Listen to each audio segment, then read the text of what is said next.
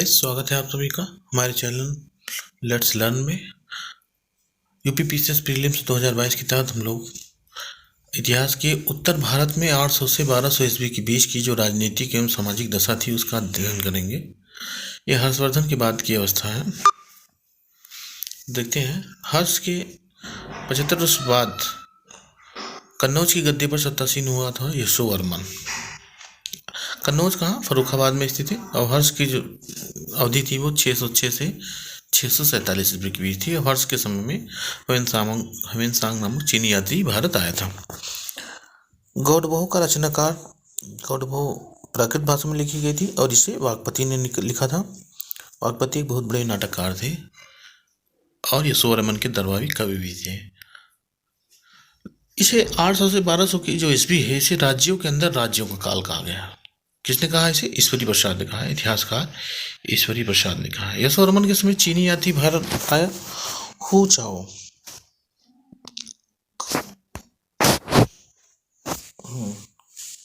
कौन आया था? हु चाओ आया था। देखते हैं, ये पूछा गया प्रश्न है। हु चाओ यशोवर्मन के समय यानी 800 से 1200 के बीच। इनसे हु चाओ यानी ह्वेनसांग के बाद हु चाओ आया था। यशोवर्मन का मित्र जो था कश्मीर नरेश, उसका नाम था ललितादित्य। यशोवर्मन शैव धर्म को मानने वाला था। आगे देखते हैं। नाटककार भवभूति की रचनाएं कौन कौन सी रचनाएं भवभूति की? महान लेखक हैं भवभूति। इनकी रचनाएं मालती माधव, पूछा गया, उत्तर रामचरित और महावीर चरित। मालती माधव प्रसिद्ध पुस्तक है इनकी। यशोवर्मन के बाद कन्नौज पर शासन करने वाले कौन कौन थे?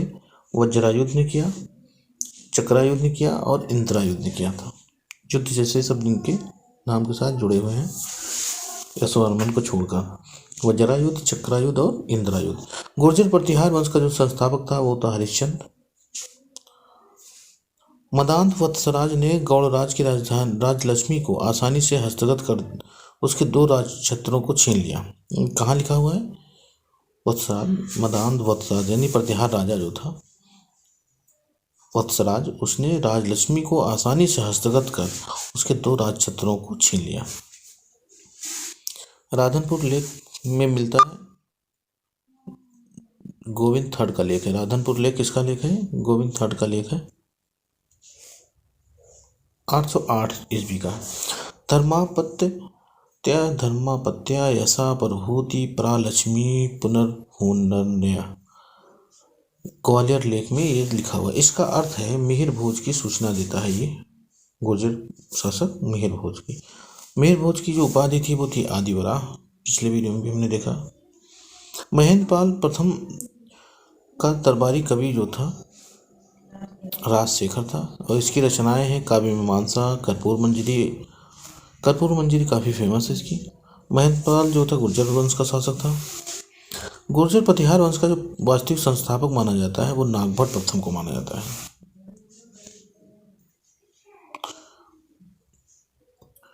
कलचुरी शासक कोकल ने गुर्जर शासक को हराया था, मिहिर भोज को हराया था। कोकल ने इसको हराया था, मिहिर भोज को हराया था। अरब यात्री सुलेमान आया था। 9वीं शताब्दी में भारत आया था सुलेमान और गुर्जर प्रतिहार के वंश के समय में आया था। उसने वर्णन किया उनका। अलवरूनी से पहले आया था सुलेमान अरब का यात्री था। 915-16 ईस्वी में आया। अल मसूदी कहाँ का था? अल मसूदी बगदाद का था। गुर्जर प्रतिहार जो है सामंत थे। किसके सामंत थे गुर्जर प्रतिहार? मालवा के परमार के। मतलब गुर्जर प्रतिहार के सामंत कौन कौन थे? इनके सामंत थे मालवा के परमार, यानी परमारों ने मालवा वंश में अपनी स्थापना की। गुजरात में चालुक्यों ने और जिजाक भुक्ती में चंदेलों ने। जिजाक भुक्ती जो बुंदेलखंड का प्राचीन नाम है। तो गुर्जर प्रतिहारों से 3 राजवंशों की स्थापना हुई थी, परमार वंश, चालुक्य वंश और चंदेल वंश। कन्नौज में गढ़वाल राजवंश की नींव रखी थी चंद्रदेव ने रखा था और इसी वंश का गोविंद चंद्र था, जयचंद था लास्ट, जिसे 1194 ईस्वी में मोहम्मद गोरी ने हराया था चंदावर के युद्ध में। अन्य राजा जो गढ़वाल वंश के थे वो गोविंद चंद थे, विजय चंद थे और जयचंद थे। पूरे उत्तर प्रदेश में इनका राज्य था और सबसे महान शासक इसमें गोविंद चंद्र था। अमोघ वर्ष राष्ट्रकूट शासक था, उसकी राजधानी थी मानेखेत, जो महाराष्ट्र में है। और मानेखेत को किसने बसाया था? अमोघवर्ष ने ही मानेखेत की स्थापना की थी, बसाया था शहर। संस्कृत विद्वान श्री हर्ष समकालीन था, जयचंद के समकालीन था हर्ष, श्री हर्ष। हर्ष दूसरा हर्षवर्धन राजा था, जबकि श्री हर्ष जो थे रचनाकार थे, लेखक थे, संस्कृत के महान विद्वान थे। और इनकी रचना थी नई संघ चरित्र। दोनों में अंतर है। वो हर्ष थे जो 647 तक थे, वो राजा थे, वर्धन वंश के, कन्नौज में राज किए थे। और ये थे कवि हैं, रचनाकार हैं संस्कृत के, और जयचंद के समकालीन थे। इनकी रचना है नई संघ चरित्र। राष्ट्रकूट वंशी शासक ने लंका के राजा व उसके एक मंत्री को गिरफ्तार किया था। कौन थे राष्ट्रकूट वंशी शासक? गोविंद तृतीय ने लंका के राजा को और उसके मंत्री को गिरफ्तार कर लिया था। गोविंद तृतीय और अमोघवर्ष राष्ट्रकूट वंश के महान शासक माने जाते हैं। गोविंद तृतीय और अमोघवर्ष। राष्ट्रकूट वंश शासक ने रामेश्वरम में विजय स्तंभ स्थापित किया था। कौन थे? कृष्ण तृतीय रामेश्वरम में विजय स्तंभ की स्थापना की थी। राष्ट्रकूट नरेश ने कन्नड़ में कविराज मार्ग ग्रंथ की रचना की थी। अमोघवर्ष थे। पूछा जाता है राष्ट्रकूट को किस राष्ट्रकूट शासक ने रचनाएं लिखी हैं, तो कन्नड़ भाषा में रचनाएं लिखी हैं, वो थे कविराज मार्ग रचना उनकी, और थे अमोघवर्ष ने। राष्ट्रकूटों का जो मूल स्थान था लट्टलूर था, उनका मूल स्थान लट्टलूर था।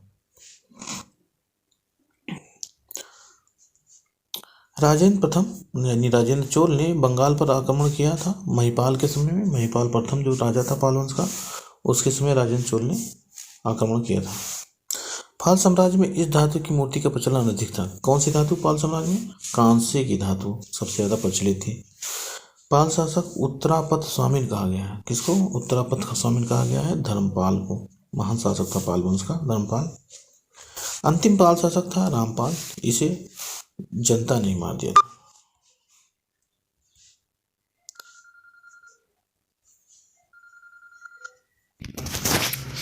कलिंग के सूर शासक अनंत वर्मन की पुत्री का विवाह विजयसेन से हुआ था। उनकी पुत्री का नाम था विलास देवी।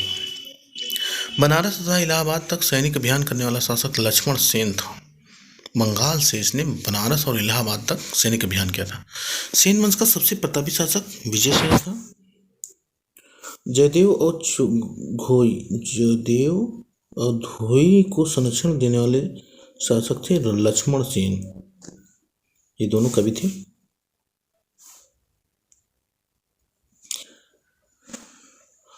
जयदेव की प्रसिद्ध रचना है एक, उसे आप लोग कमेंट बॉक्स में लिखिए।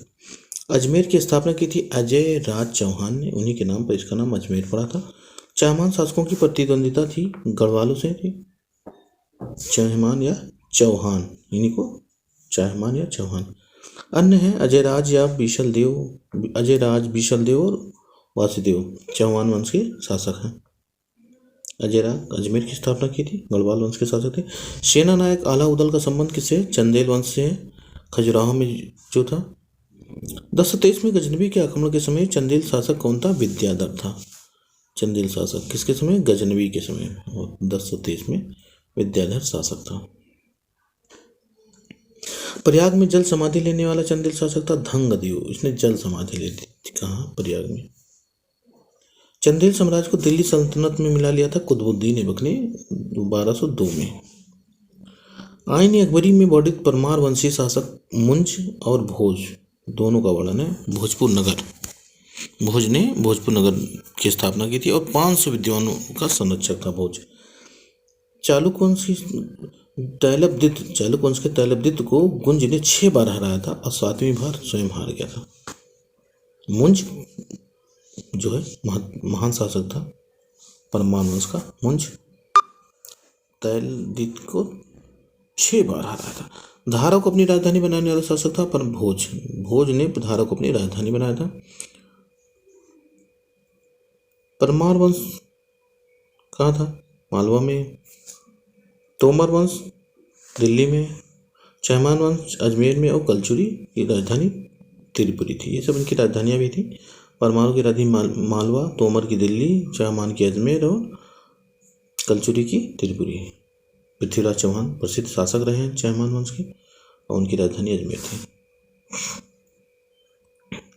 बाद में उन्होंने दिल्ली की राजधानी बना लिया था।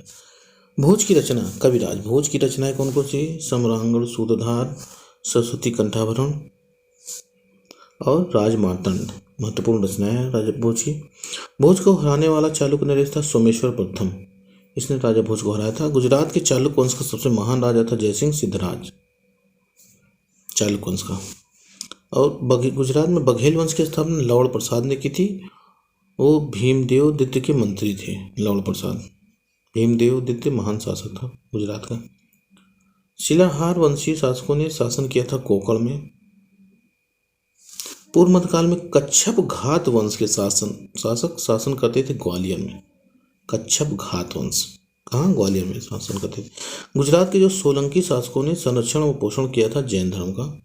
सोलंकी शासकों ने। श्रीपाल द्वारा रचित वाड़ नगर प्रशस्ति का संबंध किससे है? कुमारपाल से है। वाड़ नगर प्रशस्ति पूछा जाता है कि किसकी है? रचना तो है श्रीपाल द्वारा रचित, लेकिन कुमारपाल से संबंधित है, राजा कुमारपाल। आगे देखते हैं। कलचुरी नरेश कर्ण के साथ मिलकर राजा भोज के विरुद्ध एक संघ तैयार किया था। किसने तैयार किया था? भीमदेव प्रथम ने। 1026 में भी गुजरात का शासक था भीमदेव प्रथम और भट्टारिका मंदिर का निर्माण उसने कराया था भीमदेव प्रथम ने। भीमदेव प्रथम और कर्ण से मिलकर राजा भोज के विरुद्ध संघ की तैयार किया था। सोलंकी शासक ने गोरी को 1178 में पराजित किया था। वो कौन थे? मूलादित्य ने गोरी को पराजित किया था आबू पर्वत के पास। अन्य सोलंकी वंश के अन्य शासक कर्ण है, चामुंडराज, दुर्लभराज। 1178 में मूलराज की मृत्यु के बाद भीमदित्य राजा बना था। जैन आचार्य हेमचंद्र किसके दरबार से संबंधित थे? जयसिंह के दरबार में रहते थे, जयसिंह सिद्धराज। आबू पर्वत दिलवाड़ा का प्रसिद्ध जैन मंदिर किसने बनवाया? विमल शाह ने बनवाया था। ये विमल शाह आबू पर्वत पर। अनिलवाड़ के कर्णमेरु नामक मंदिर का निर्माण कर्ण ने कराया था। उसी के नाम, अपने नाम पर ही कर्णमेरु मंदिर रखा था उसका नाम। चौहान शासक आड़ोराज के साथ वैवाहिक संबंध था कर्ण का। प्रबंध चिंतामणि का लेखक था मेरुतुंग। सोलंकी शासक ने अपने वंश के बाहर अपना उत्तराधिकारी चुना था। वो थे जयसिंह सिद्धराज ने मंत्री उदयन के पुत्र बाहड़ को अपना उत्तराधिकारी चुना था, क्योंकि उनके कोई पुत्र नहीं था जयसिंह सिद्धराज के। कलचुरी राजवंश की स्थापना की थी कोकल प्रथम ने। और ये कलचुरी राजवंश कहाँ था? वर्तमान छत्तीसगढ़ के जबलपुर में। कलचुरी वंश का महानतम शासक लक्ष्मी कर्ण था। इलाहाबाद में प्राणोत्सर्ग किया था गांगे देव ने। कलचुरी शासक ने वट वृक्ष के नीचे कलिंग की विजय पर त्रिकलंगाधिपति उपाधि धारण की थी। किसने धारण की थी? कर्णदेव ने। और वह कहाँ धारण की थी? वट वृक्ष के नीचे। आगे कलचुरी नरेश ने विक्रमादित्य को सिद्ध धारण किया था। विक्रमादित्य की उपाधि धारण की थी। कलचुरी नरेश कौन था? वो गांगे देव। गंगा वंशीय यानी गंग वंशीय शासकों का कार्यक्षेत्र था कलिंग। राजपूतों की विदेशी उत्पत्ति के मत का प्रतिपादन सर्वप्रथम किया था कर्नल जेम्स टाड ने। कर्नल जेम्स टाड ने कहा था कि राजपूतों विदेशी जो हैं वो वहाँ से आए हैं राजपूत। अग्निकुल से उत्पन्न 4 राजपूत जातियाँ कौन कौन सी थी? उदयपुर अभिलेख से पता चलता है कि अग्निकुल से उत्पन्न हुई थी 4 राजपूत जातियाँ, परमार, प्रतिहार, चालुक्य और चौहान। 10वीं शताब्दी की जो रानी दिद्दा थी उनका राज था कश्मीर में और वो उत्पल वंश की थी, महान शासिका थी रानी दिद्दा। 800 से 1200 ईस्वी के मध्य कश्मीर में राजवंशों का क्रम हम देखते हैं तो कारकोट वंश था, फिर उसके बाद उत्पल वंश आया जिसकी रानी दिद्दा थी और फिर लोहार वंश आया। तो कारकोट वंश की स्थापना की थी ललितादिन, उत्पल अवंती वर्मन और लोहार वंश के विग्रहराज। देखिए महत्वपूर्ण क्या है इसमें, ललितादित्य ने चीन में दूध भेजा था, कश्मीर में मातंड मंदिर का निर्माण करा। 2 चीज़ें, दूध भेजा चीन में ललितादित्य ने और मातंड मंदिर का स्थापना की। अवंती वर्मन उत्पल वंश की रानी दिद्दा जो महत्वपूर्ण थी, अवंती वर्मन और रानी दिद्दा। और लोहार वंश के विग्रहराज महत्वपूर्ण शासक थे। जयापीठ विनयादित्य के दरबारी विद्वान कौन कौन थे? क्षीर भट्ट, उद्भट और दामोदर। कृषि सिंचाई आदि पर अधिक ध्यान देने वाला कश्मीरी शासक था उत्पल वंश का अवंती वर्मन, महान शासक था अवंती वर्मन। इसी की रानी दिद्दा भी थी। अवंती वर्मन का पुत्र गोपाल वर्मन अयोग्य था। जनतंत्रीय ढंग से चुना गया कश्मीरी शासक था यशस्कर, यानी लोकतांत्रिक ढंग से चुना गया था लोगों के द्वारा। शंकर वर्मन और गोपाल वर्मन के ब्राह्मण मंत्री प्रभाकर देव के बेटे यशस्कर को चुना गया। कल्हड़ की राज तिरंगी पूरी हुई थी कब? लोहार वंश में पूरी हुई थी। ह्वेनसांग के भारत आक्रमण के समय सिंध का शासक कौन था? शूद्र था। चच ने ब्राह्मण वंश की स्थापना के लिए किसकी हत्या की थी? राय साहसी सेकंड की हत्या कर दी थी चच ने, और ब्राह्मण वंश की स्थापना की थी। गजनवी के दरबारी इतिहासकार उदबी की रचना थी किताबुल यामिनी। फिरदौसी विद्वान थे। गजनी में जामा मस्जिद और विश्वविद्यालय बनवाया था इसने, गजनवी ने। दरबारी इतिहासकार उतबी थे और उसके दरबार में फिरदौसी भी थे। हिंदू शाही शासकों की राजधानी थी बहिंद। शासक निशाई जयपाल थे, आनंद पाल थे, त्रिलोचन पाल थे। गजनवी के आक्रमण के समय भारत में मुस्लिम राज किसका था? जब गजनवी ने आक्रमण किया 1025-26 की, मुल्तान और सिंध मुस्लिम राज थे। यहाँ पे सिंध पर तो आक्रमण अरबों ने ही कब्जा कर लिया था 712 ईस्वी में ही, मोहम्मद बिन कासिम के नेतृत्व में। कश्मीर में दिद्दा का राज था। कन्नौज में गुर्जर वंश था। बहिंद में हिंदू शाही वंश था। गजनवी के पहले और आखिरी आक्रमण को हम लोग देते हैं। पहला आक्रमण उसने 1000 ईस्वी में किया था और आखिरी आक्रमण 1027 में किया था। 1030 में उसकी मृत्यु हो गई थी। सोमनाथ मंदिर को आय कहाँ से मिलती थी? 10,000 गांव थे, वहां से उसको आय मिलती थी। गौरी का प्रथम और आखिरी आक्रमण 1175 ईस्वी में हुआ था।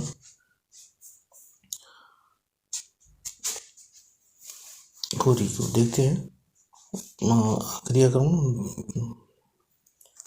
पहला आक्रमण हुआ था 1175 में, आखिरी आक्रमण 1194।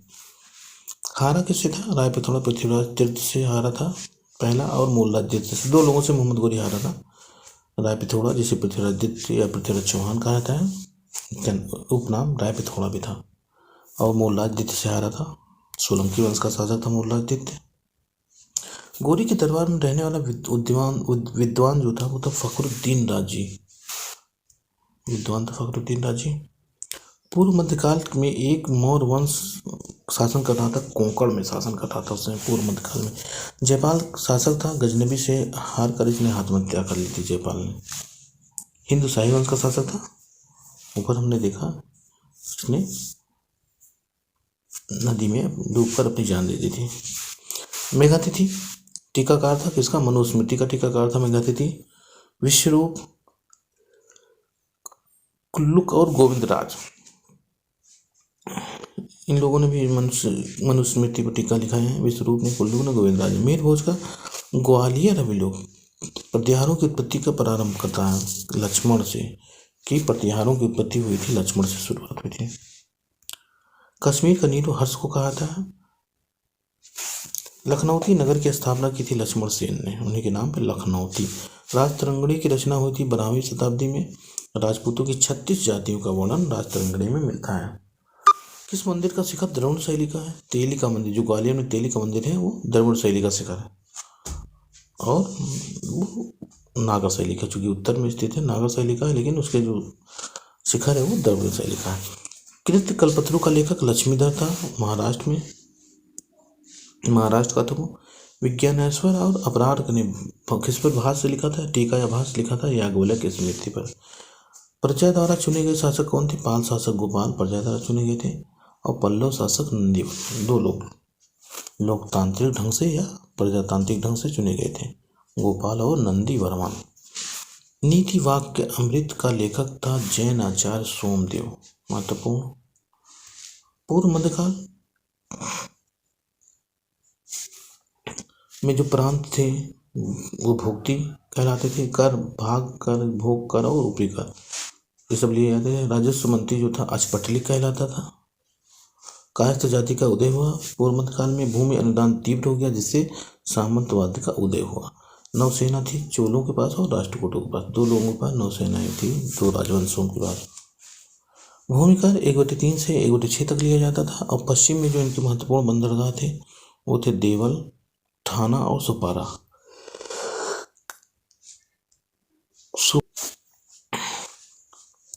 इब्न हौकल के अनुसार तलवार निर्माण के लिए प्रसिद्ध था देवल। चचनामा लिखी थी, फारसी में लिखी गई है, फिरदौसी की है। राजपूतों का इतिहास ज्ञात होता है कुमारपाल चरित से, वर्ण रत्नाकर, पृथ्वीराज रासो। इन सब में कुमारपाल चरित, वर्ण रत्नाकर और पृथ्वीराज रासो, जिसे चंद्रवरदाई ने लिखा था। सबसे पहले मंच पर आए राजदूत थे प्रतिहार, गुर्जर प्रतिहार। जो 3 पक्षों का संघर्ष हुआ था, पाल, प्रतिहार और गुर्जर राष्ट्रकूटों का त्रिपक्षीय संघर्ष जिसे कहा जाता है, उसमें सबसे पहले गुर्जर प्रतिहारों का हस्तक्षेप शुरू हुआ और ये 200 वर्षों तक चला था। देखते हैं आगे इसके बारे में। देवपाल के समय नालंदा में बौद्ध विहार बनवाया था किसने? शैलेंद्र वंश के शासक बालपुत्र देव ने बनवाया था बौद्ध विहार। जावा, सुमात्रा, बोर्नियो व मलय पर इनका राज था। शैलेंद्र शासक थे, वो कहाँ राज करते थे? जावा पे, सुमात्रा, बोर्नियो और मलय पे। राजपूतों के पतन के बाद दक्षिण भारत में जो क्षेत्रीय शक्तियों का उदय हुआ, उनमें कदम वंश के वनवासी में, यादवों का देवगिरी में, गंग में तलकाड का और काकती वंश वारंगल में स्थापित हुए। नारद स्मृति का पूर्व मध्यकाल लीन भाष्यकार था, जो था असहाय था। पूर्व मध्यकालीन ग्रंथों में वेद, वेदांग एवं शास्त्रों में पारंगत ब्राह्मणों को कहा जाता था श्रोत्रिक, आचार और उपाध्याय कहा जाता था। पूर्व मध्यकालीन भाष्यकार ने वेदज्ञ ब्राह्मण को सेनापति तथा राजपूत ग्रहण करने की अनुमति दी है मेघातिथि ने। इसने कहा था कि जो वेद के ज्ञानी है ब्राह्मण, वो सेनापति बन सकते हैं और राज का पद ग्रहण कर सकते हैं, कोई भी पद, मंत्री, पुरोहित। शूद्रों व वैश्यों के सामाजिक स्तर में भेद नहीं माना है। वो कहा कि दोनों समान थे। अलबुरून ने माना कि शूद्र और वैश्यों की स्थिति समान थी। पूर्व मध्यकाल में देखते हैं जैन धर्म के परिचय किसने दिया था? जैन धर्म को परिचय दिया था राजस्थान, कर्नाटक और गुजरात में। राजस्थान, कर्नाटक और गुजरात तीनों साथ में। किनास शूद्र कहा जाता था, शूद्रों को किनास कहा जाता। असहाय ने बताया है कि शूद्रों को किनास कहा जाता था। डाहल क्षेत्र कलचुरी का था, कलचुरी वंश का। देवदासी व वेश्यावृत्ति बढ़ी थी इस समय 800 से 1200 में। सती प्रथा व जौहर प्रथा बढ़ी, इसका भी राजपूतों का शासन था, तो सती प्रथा और जौहर प्रथा भी बढ़ी। विधवा विवाह को वर्जित माना गया। मेघतिथि ने कहा कि विधवा विवाह वर्जित है। विद्वान निवास करते थे कहाँ उस समय? कश्मीर में विद्वानों का निवास था।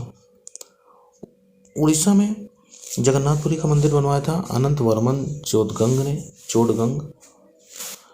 असवर्णों से विवाह कालीवर्ज माना गया। स्मृति चंदिका में लिखा हुआ है कि असवर्णों से, जो असवर्ण नहीं हो, उनसे विवाह कलिवर्ज है। राम कथा व कौरव कथा साथ साथ वर्णित है राघव पांडवीय में, यानी राम की और पांडवों की, कौरवों की कथा राघव पांडवीय में वर्णित है। धवन्या लोक काव्य की रचना की थी आनंद वर्धन ने किया था। अभिधान रत्नमाला एक आयुर्वेद ग्रंथ है। मानसोलास संगीत का ग्रंथ है। मालवा के सिंधुराज के जीवन पर प्रकाश पड़ता है नव सहसांक चरित से। राम राइच कहा प्राकृत भाषा का ग्रंथ है। प्रभूत वर्ष और अकाल वर्ष व नित्य वर्ष उपाधियां धारण थे राष्ट्रकूट शासकों की उपाधियां थी। प्रभूत वर्ष, अकाल वर्ष, नित्य वर्ष। अष्ट धातुओं की मूर्तियों के निर्माण के लिए चोल वंश प्रसिद्ध था। खजुराहो के मंदिरों का निर्माण 950 से 1050 ईस्वी के बीच हुआ था, बौद्ध से पता चलता है। ओसिया स्थल का यानी ओसिया मंदिर कहाँ स्थित है? मंदिर जोधपुर में स्थित है, राजस्थान में। एलोरा का कैलाश मंदिर, इसके बारे में देख लेते हैं। इसका विमान एक समानांतर चतुर्भुज के आकार में बना हुआ है। एलोरा का कैलाश मंदिर समानांतर चतुर्भुज की तरह चट्टानों को तराशकर बनाया गया है कैलाश मंदिर। राष्ट्रकूटों नरेश कृष्ण प्रथम ने बनवाया था इसे, और हाथी और शेर आदि का वर्णन इसमें है। हाथी बने हुए हैं और शेर बने हुए हैं। खजुराहो में सर्वोत्तम मंदिर है कंदरिया महादेव मंदिर, शिव का मंदिर है। मिथुन अगत्तियों प्रसादन रत्न नायिका, पैर से कांटा निकालती नायिका, ये सब वर्ड थे उसमें। सूर्य मंदिर कहाँ कहाँ था? ओसिया में था, मुंडेरा में था और मातंड में था। देखते हैं। पुष्कर तीर्थ में वराह मंदिर का निर्माण करवाया था अर्लोराज ने। चौहान वंश के शाकंभरी वंश का अजमेर में गजनबी की सेना को हराया था अर्लोराज ने। रणथंभौर के स्वर्ण कलश मंदिर पर स्वर्ण कलश स्थापित किया था पृथ्वीराज प्रथम ने। स्वर्ण कलश मंदिर देख लेते हैं, उसकी स्थापना किसने की थी? देवपाड़ा का शिव मंदिर विजय सिंह ने बनवाया था। रुद्र महाकाल मंदिर जय सिंह ने बनवाया था। देवगढ़ का दशावतार मंदिर कृष्ण प्रथम ने बनवाया था। मेघुती मंदिर रविकीर्ति ने बनवाया था।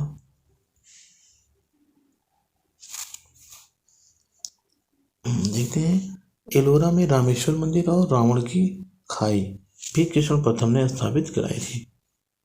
रविकीर्ति ने मेघुती चोलेश्वर की स्थापना, विजयालय ने की थी। कोरंगनाथ का श्रीनिवास मन्नालूर ने एरातेश्वर द्वार संबुटम कंपहेरेश्वर त्रिभुवनम नागपट्टनम का विष्णु की स्थापना राजराज प्रथम ने की थी। चोलेश्वरम की नक्तामलाई ने, बाल सुब्रमण्यम की कन्नूर ने, सुंदरेश्वर की तिरुक्करेले ने, धर्मसभा की परांतक प्रथम ने, बादामी की गुहा कीर्तिवान ने शुरू किया, मंगलेश ने पूर्ण किया था। कीर्तिवर्मन ने शुरू किया और मंगलेश ने पूर्ण किया था बादामी की गुहा की। रामेश्वर एलोरा में संगमेश्वर पदक्कल ने, मालगिरी का बादामी में, मालगिरी का मंदिर कहाँ है? बादामी में है। जिन्नाथ मंदिर, विश्वनाथ मंदिर और वैद्यनाथ मंदिर धंग ने खजुराहो में स्थापित किया था। दिलवाड़ा जैन मंदिर विमल ने बनवाया था। भीम प्रथम ने का सामंत था वो, विमल शाह। हरिहर मंदिर ओसिया में है। रेख देहल मंदिर उड़ीसा में है। रेख देउल मंदिर, पीठ देउल मंदिर भी उड़ीसा में है। रेख देउल मंदिर भी उड़ीसा में है। जगमोहन शैली का मंदिर उड़ीसा में है। देखते हैं यहाँ पे विशेषता उस क्षेत्र की। प्रसाद कहाँ पाए जाते हैं? मंदिरों में प्रसाद की विशेषता है उत्तर भारत के मंदिरों में एक प्रकार है प्रसाद। कृषि फार्म या विमान या अधिष्ठान। कृषि फार्म, विमान और अधिष्ठान ये किस मंदिरों की विशेषता है? दक्षिण भारत के मंदिरों की विशेषता है। और गोपुरम भी वहाँ की विशेषता है।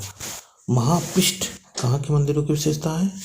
खजुराहो के मंदिर की विशेषता महापिष्ट। राजस्थान मंदिर 3 खंडों में बटे हुए हैं। मध्य प्रदेश के मंदिर 7 खंडों में बटे हुए हैं। उत्तर भारत के इस मंदिर में शानदार लक्षण पाए जाते हैं। कंदरिया महादेव का मंदिर जो है उसमें शानदार लक्षण पाए जाते हैं। यहाँ के मंदिरों के विषम एवं कट के बीच पीछे पैरों पर बैठा हुआ सिंह है उड़ीसा में पाया गया है। ये देखा गया है मेरे द्वारा स्वयं। पीछे के पैरों पे बैठे हुए सर ऊपर किए हुए सिंह को दिखाया गया है। गोपुरम का लक्षण सबसे पहले मिलता है कैलाशनाथ मंदिर में। उड़ीसा के मंदिरों पर छज्जा नहीं होता है। राजस्थान एवं गुजरात के मंदिरों पर छज्जा होता है, लेकिन उड़ीसा में नहीं छज्जा होता। गोप शैली के मंदिर काठियावाड़ में मिले हैं। त्रिकोण शैली के कश्मीर में, त्रिकोणीय मंदिर, पंचायतन मंदिर 5 कोणीय स्तर से उड़ीसा में मिलते हैं। अब त्रिकुटाचल मंदिर होयसल में, नवरक चालुकम होयसल मंदिर, चौकोर मंदिर उड़ीसा दक्षिण भारत की विशेषताएं हैं। आयताकार मंदिर खाखर देउल मंदिर जो है वो आयताकार है। ताराकृत जो मंदिर जो है वो चालुक्य होयसलों के मंदिर के प्रकार है। गोलाकार मंदिर मध्य भारत में पाए गए हैं। दक्षिण भारत के कोयम्बटूर मंदिर में भी अपवाद स्वरूप गोलाकार मंदिर स्थित है। सहस्त्र स्तंभ दक्षिण भारत की विशेषता है। खरादे स्तंभ चालुक्यों का। संगीत स्तंभ विजयनगर का हम्पी में पाया गया है, जो कि अत्यधिक नक्काशीदार मंदिर भी विजयनगर में मिला है। पहलदार मंदिर राजस्थान में मिला है। हाथी मंदिर विजयनगर में मिले हैं। विजयनगर मंदिरों की विशेषताओं को देखते हैं। दोहरे लहरदार छज्जे हैं। ये इस तरह से कमल के आकार के तोड़े हैं और पुमैन शैली में बनाए गए हैं। आनंद मंदिर यह वर्मा में स्थित है। ज्ञानजित ने निर्माण करवाया था इसका, और 3 फुट ऊंची बुद्ध की मूर्ति यहाँ स्थापित है आनंद मंदिर में। अंकोर वाट मंदिर कहाँ है? यह अंकोर वाट मंदिर सूर्यमंदिर ने 1185 में बनवाया था, कंबोडिया में है। अंकोर थोम नगर में स्थित है। रामायण की पूरी कहानी यहाँ पे दीवारों पर उत्कीर्ण की गई है। जावा के इस मंदिर में रामायण की पूरी कहानी उत्कीर्ण है। कौन सा है? चंडी सिंह सारी मंदिर में जावा के। और अंकोर वाट के मंदिर में तो है ही रामायण की कहानी। जावा के चंडी सिंह सारी मंदिर में भी रामायण की पूरी कहानी उत्कीर्ण है। ओसिया का सूर्य मंदिर में जैन की प्रतिमा कोई नहीं।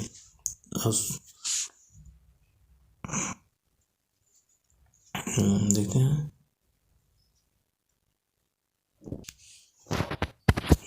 होशेलेश्वर मंदिर शिव का मंदिर है जो नरसिंहवर्मन ने बनवाया था। शिल्पकार थे इसके केदराज।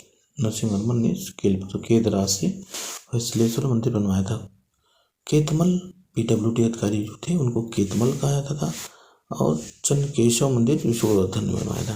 दक्षिण भारत के इस मंदिर का दक्षिण भारत में सबसे विशाल परिसर है रंगनाथ मंदिर का। काकतीय मंदिर की विशेषता है, छोटे देखते हैं। रंगनाथ मंदिर यहाँ का परिसर छोटा है। अमरकंटक मंदिर श्रृंखला निर्मित करवाया राजकर्ण ढारिया ने। मेड़ाघाट के 64 योगिनी मंदिर की विशेषताएं हैं, यहाँ शाक्त धर्म से संबंधित है। 81 कोठरियाँ हैं यहाँ, और गोलाकार योजना। 81 कोठरियाँ शाक्त धर्म से यानी देवी दुर्गा से संबंधित है। चंद्रकेशव मंदिर समर्पित है विष्णु को।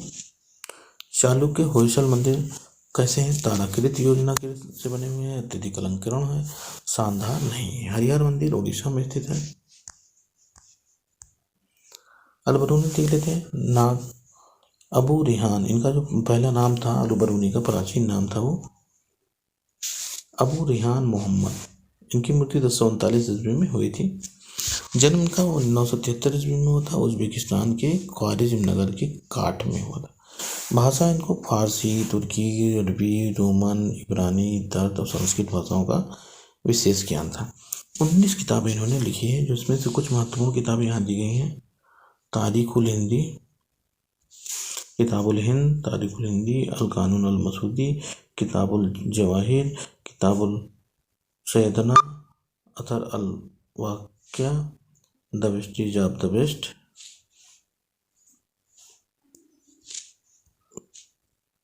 Boundaries of planet and collection of determinants, प्रोटिक्स स्टोन्स, अल तहरीर, ब्राह्मण की उत्पत्ति इसमें लिखा हुआ है। किताबुल रब्ती की तहकीकात हरकत, गुलशख्स सूर्य का संचालन के बारे में इसमें लिखा हुआ है।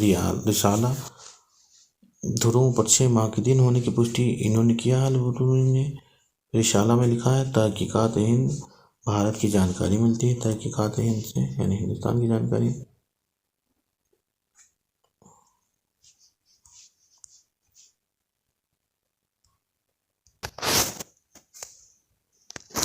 अमीर वंश का संस्थापक था ईश्वर सेन। वाकाटक वंश का संस्थापक विंध्य शक्ति था।